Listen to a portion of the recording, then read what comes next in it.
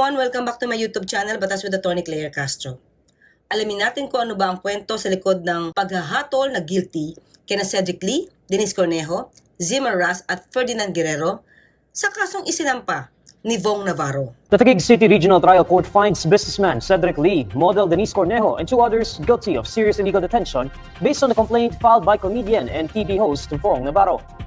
In its ruling promulgated on Thursday, May 2, the Taguig City Regional Trial Court admitted Lee, Cornejo, Ferdinand Guerrero, and Simeon Palma Raz with a penalty of reclusion perpetua or up to 40 years imprisonment.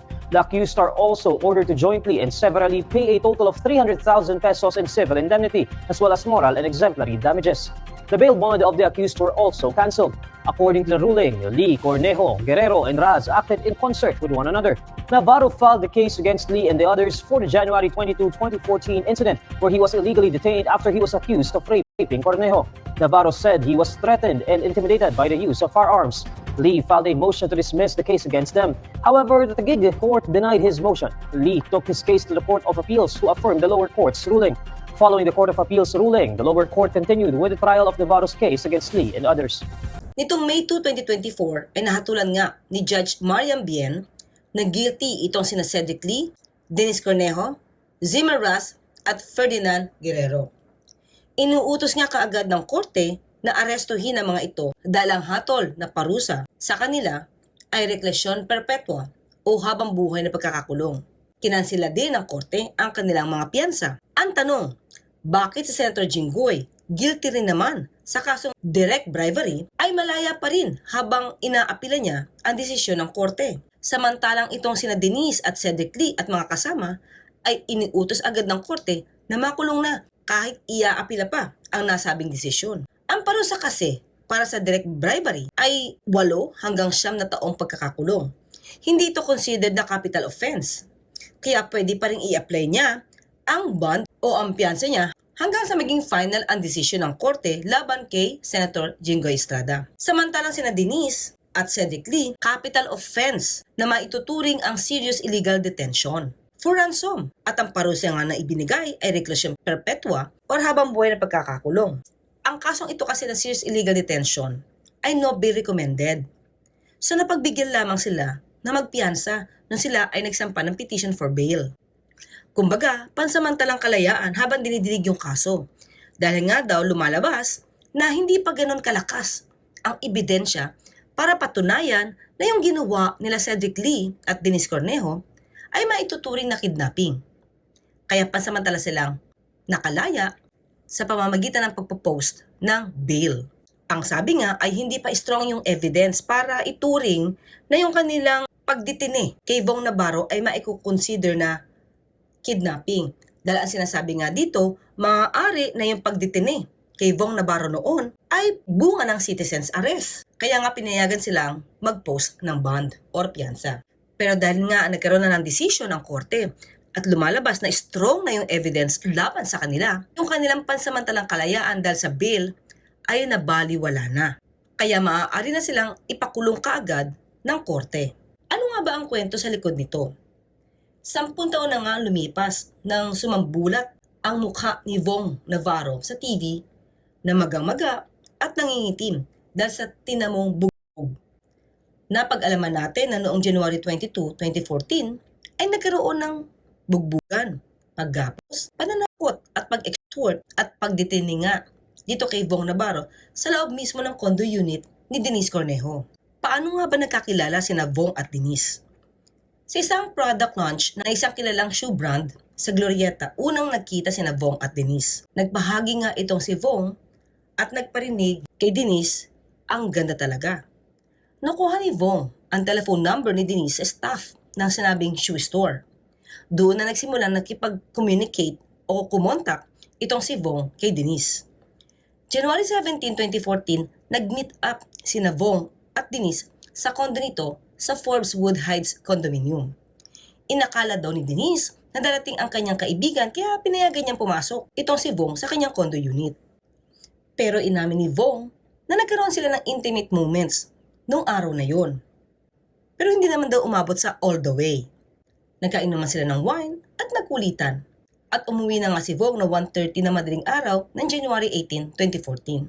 Nag-text pa nga daw itong si Denise ng 2:35 a.m. at nangungulit na magkita sila ulit. January 22, 2014, dumating nga sa condo unit ni Denise ng 10:45 p.m. itong si Vong Navarro. Nagdala pa nga ng food itong si Vong mula sa The Fort. Matatandaan niyo ba yung sumikat na text na dala ka food? Dumiretso si Vong sa unit. Nagkasalubong pa nga daw si Vong Navarro at si Denise sa elevator sa may second floor at sabay na nga silang pumasok sa unit ni Denise. Ayon kay Vong Navarro, pagkalapag niya ng food sa mesa, napansin niya daw na lumabas itong si Denise sa kondo. Tapos may dalawang lalaki daw na lumabas mula sa kwarto ni Denise. Dito na nga daw siya tinuto ng baril. Pinaringgan, ginapos, in short, nagul si Vong ng dalawang lalaki. May mga dumating pa daw ibang kalalakihan at tumulong na buggin si Vong. Hinubad pa daw ng mga ito ang suot niya sa pang-ibaba at kinunan ang masela ni Vong at pilit na pinapaamin na pinagsamahan niya si Denise. Wala daw nagawa si Vong kundi sundin ang mga inuutos ng mga kalalakihan.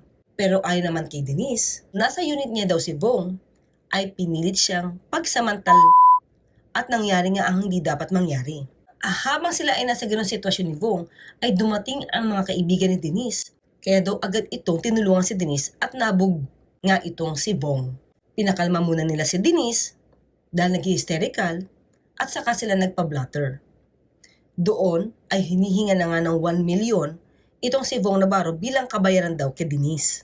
January 23 to February 6, 2014, na-confine itong si Vong sa St. Luke sa Quezon City. Sumailalim pa nga siya sa isang therapy pagkatapos na magkaroon ng post-traumatic stress disorder. January 24, 2014, pumutok na nga ang balita na nabug itong si Vong ng 6 na kalalakihan pero hindi nagbigay ng detalye si Vong. January 25, 2014, naiulat na nga ang patungkol sa police blotter kung saan nakasulat yung tungkol sa attempted rape kay Denise. Tandaan na, ang sinabing kwento rito ay attempted lamang. At nakalagay din daw sa police blotter na walang balak magsampa itong si Denise ng reklamo laban kay Vong. January 28, 2014, nagsampa ng reklamo si Vong ng kasong serious illegal detention, serious physical injuries, grave threats, grave coercion at blackmail.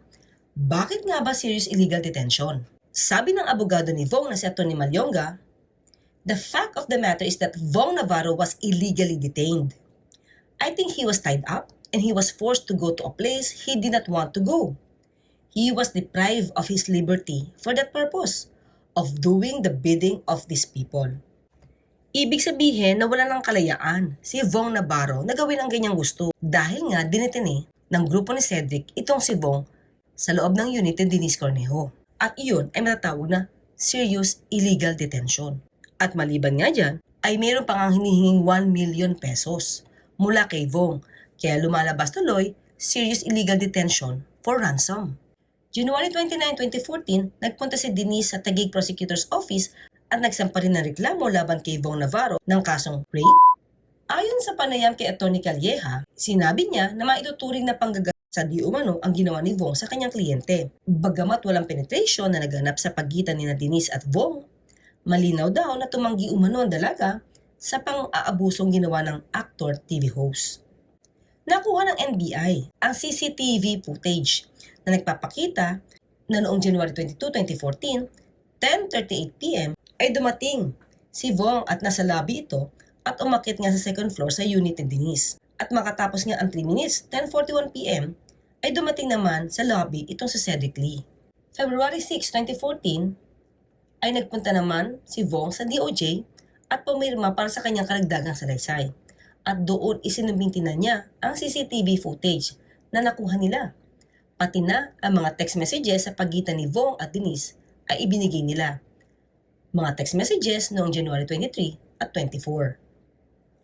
February 24, 2014, nagsumiti na si Denise ng counter-affidavit niya sa reklamo ni Vong. Sinabi niya, 2 beses nga daw siya napagsalahan, January 17 at January 22. Pero, kontra daw ito sa una niyang naging pahayag, ORALSEX lang, ang nangyari sa kanila noong January 17. Isinumbong nga daw niya ito kay Cedric At ito naman ay nangakong tutulungan na magsumbong sa otoridad. At noong January 22, sa pangalawang beses na pagtatangkang pagsamantala ni Vong, si Denise ay doon nadatnan ng mga kaibigan ni Denise ang ginagawa ni Vong. Kaya sabi ni Zimmer na kanilang dinitini itong si Vong sa kadahilan ng matatawag itong citizen's arrest dahil nga gumagawa daw ng krimen noong mga oras na yon.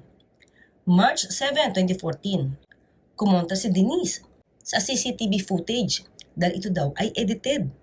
At wala nga daw silang relasyon ni Cedric Lee dahil sa CCTV footage makikitang hinahalikan siya ni Cedric sa loob ng elevator. Ang sabi nga ni Denise, minanipula ang mga clips sa CCTV footage tulad ng paputol-putol na mga bahagi. Sabi pa niya, this goes to general. Advantage of having a lot of fans or supporters, maraming naniniwala sa iyo. So ibig sabihin, dahil maraming fans si Vong Navarro, lumalabas na ang lahat ng sinasabi ni Vong ay totoo. At ang sinasabing pagsisamantala sa kanya ay mga pawang kasinungalingan lamang. April 10, 2014, kinasuhan na ng serious illegal detention at grave coercion sina Cedric Lee, Denise Cornejo at ibang mga kasama at ibinasura ng DOJ ang kasong pagsasamantala. April 21, lumabas na ang warrant of arrest para kina Denise, Cedric at sa mga kasama nito. Ang serious illegal detention kasi ay sinasabi nga nating no bail, kaya madali silang napaaresto.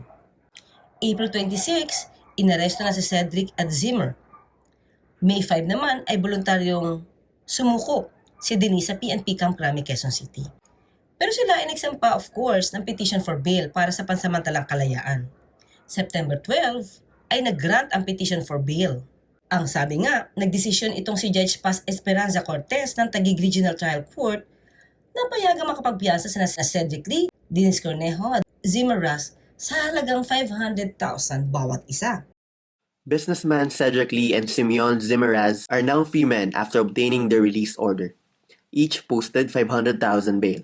However, their co-accused, model Denise Cornejo, remained in detention in Camp Crame as her camp continues to secure the documents needed for her release. Raz, Lee, and Cornejo were slapped with a serious illegal detention charge over the alleged involvement in the mauling of actor-host Ferdinand Vong Navarro. Attorney Alma Malyonga, the lawyer of Navarro, filed a motion for consideration challenging the court's decision and a motion for inhibition against Judge Paz Esperanza M. Cortez. Sinabi nga sa order ng court, this being so, although there is probable cause for the charging of the crime of serious illegal detention, the prosecution had failed to provide strong evidence that said illegal detention is actually serious or actually for the sake of kidnapping.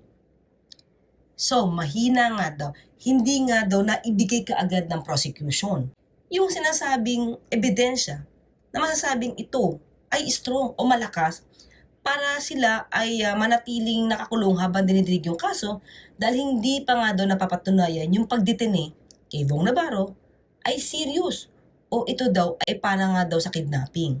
So hindi ito kaagad na patunayan ng prosecution. Pero syempre, ito ay kinontra ni Attorney Alma Malyonga na abogado ni Vong Navarro at handa raw silang ipagpatuloy ang laban para patunayan na totoo ang mga sinasabi ni Vong patungkol sa serious illegal detention at grave coercion. Siyempre yung pag-dismiss ng kaso ng pagsasamantala laban kay Vong, ito naman ay inapila sa Court of Appeals ng grupo ni Denise Cornejo. Kaya noong July 21, 2022, nagdesisyon ng Court of Appeals na baliktarin ang resolution ng DOJ na nag-dismiss ng kasong pagsasamantala na sinampa ni Denise Cornejo laban kay Vong Navarro.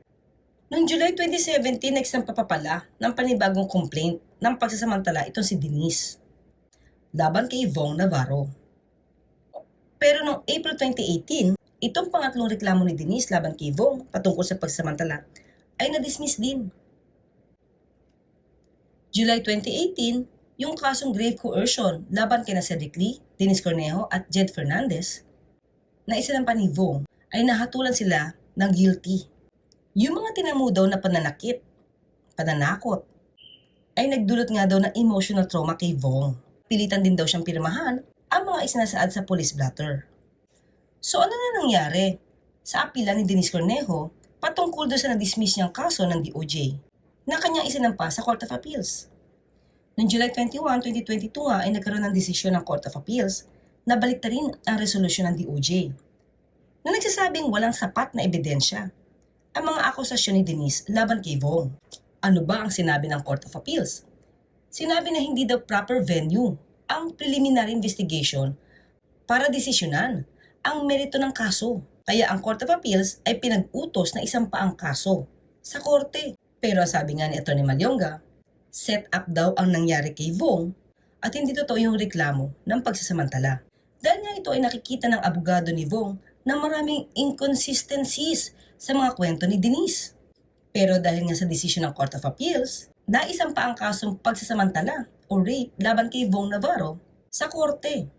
September 2022, habang inaayos ni Vong Navarro ang kasong acts of lasciviousness na isinampa sa kanya, doon naman lumabas ang warrant of arrest para sa hiwalay na kasong rape. Hindi na nga nakaalis si Vong sa NBI, tuluyan ang nakulong dahil nga ang kasong rape ay no bail recommended. At noong November 21, 2022 ay dinala na nga ito si Vong sa Taguig City Jail. December 6, 2022 ay napagbigyan si Vong na mag-post ng bail o ng piyansa. Kaya pansamantala siyang nakalaya at ang piyansa niya ay umabot sa 1 milyong piso. Kaya nga ang sabi nila, napakaganda ng Pasko nitong si Vong dahil nakalaya siya pansamantala bago magpasko. Pero ano na nga ba ang nangyari doon sa naging desisyon ng Court of Appeals? Na biniligtad niya ang pag-dismiss ng DOJ sa mga kasong rape laban kay Vong. Ang nangyari dito, isinampa ito ng kampo ni Vong Navarro sa Supreme Court. At noong March 2023, tuluyan ng ibinasura ng Supreme Court ang akusasyon ni Denise na ginahasa daw siya ni Vong. Ito ang mga salitang nakasulat sa desisyon. Napuna ng Supreme Court ang dagdag bawas sa 3 isinamiting salaysay ni Denise Cornejo. Kumbaga, pabago-bago ang mga kwento niya mula noong January 17 at hanggang January 22, 2014. The proposition of the CA, the inconsistencies in her allegations are not trivial. Indeed, no amount of skillful or artful deportment, manner of speaking, or portrayal in a subsequent court proceeding could supplant Cornejo's manifestly inconsistent and highly deficient, doubtful, and unclear accounts of her supposed harrowing experience in the hands of Navarro. So, hindi naniwala ang Supreme Court sa mga paiba-ibang kwento ni Denise Cornejo laban kay Vong Navarro. Kaya tuluyan na nga nabasura ang reklamo rape laban kay Vong. At itong May 2, 2024, itong sina Cedric, Denise, Ferdinand at Zimmer ay nahatulan na guilty ng korte para sa kasong serious illegal detention for ransom. Ang sabi ng Taguig Regional Trial Court, sa decision nitong May 2, 2024, na guilty beyond reasonable doubt sina Cedric, Denise, Zimmer at Ferdinand sa pambubuo, pagtapos pananakot at pagdetina kay Vong para maperahan ito. The acts of Denise Cornejo, Cedric, Zimmer Ras, and Ferdinand Guerrero, when taken together, reveal that they acted in concert with one another and that their acts emanated from the same purpose or common design, showing unity in its execution. Sinasabi ng korte na ito ay pinagplanuhan ng 4 na mayroong isang purpose at yun ay manakit, magdetine at humingi ng pera mula kay Vong Navarro. At yun na nga, hinatulan ng habang buhay na pagkakabilanggo ang 4 na akusado. Pero ang sabi nga ni Cedric Lee, ito ay iaapila nila. So in other words, kahit sila ay nahusgahan na ng korte, hindi pa rito natatapos ang kwento. Dahil maaari pa sila mag-apila at tignan natin kung ano ang maaari maging desisyon ng mas nakakataas na korte. So, malamang ay alam niyo na kung bakit kailangan silang makulong kaagad kumpara sa ibang mga naging akusado at nahusgahan ng korte pero hindi para sa kasong capital offense. Yun po ang pagkakaiba ng sitwasyon ni na Senator Jinggoy Estrada at nitong sina Denise Cornejo at Cedric Lee. Hanggang sa muli, magkita't magkarinigan tayo. Ako po si Atty. Claire Castro, ipapaalala, huwag tulugan ang inyong karapatan.